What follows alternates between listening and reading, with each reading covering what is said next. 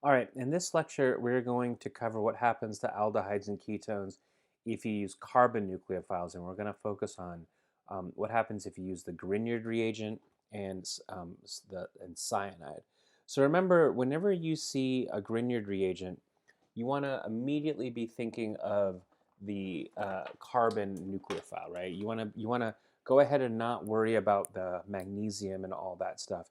You want to focus on the carbon aspect of it. So if I see methyl magnesium bromide, I immediately want to be thinking of this molecule as the carbon nucleophile here, okay? And you see that if you take that carbon nucleophile, it's going to add to the carbonyl carbon to make an alcohol.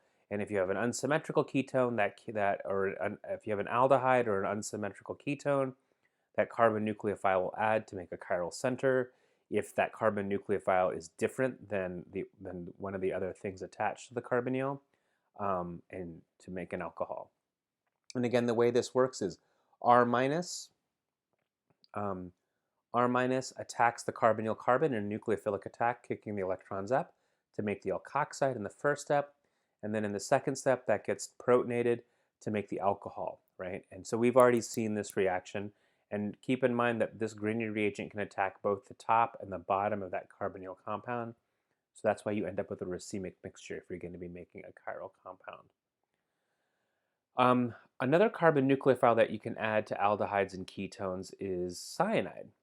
So let's say you take HCN, you can add so you're gonna, the CN minus here is gonna end up adding to this carbonyl compound. Now this, when you do it with HCN, this reaction is done under acidic conditions, but the reaction works a lot better under basic conditions. So usually what you do is you take this reaction and you use a catalytic amount of base in the form of potassium cyanide. So again, the way this works when you're under basic conditions, you have Cn minus, which is a good nucleophile.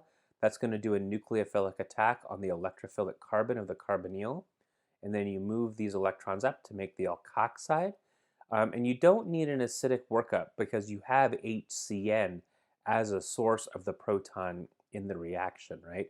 So you need just a little bit of Cn minus to start the whole process, and then the O minus will just deprotonate any HCN that's in there to make the cyanohydrin. So we call this molecule where you have a carbon bound to an alcohol, and we call this a nitrile.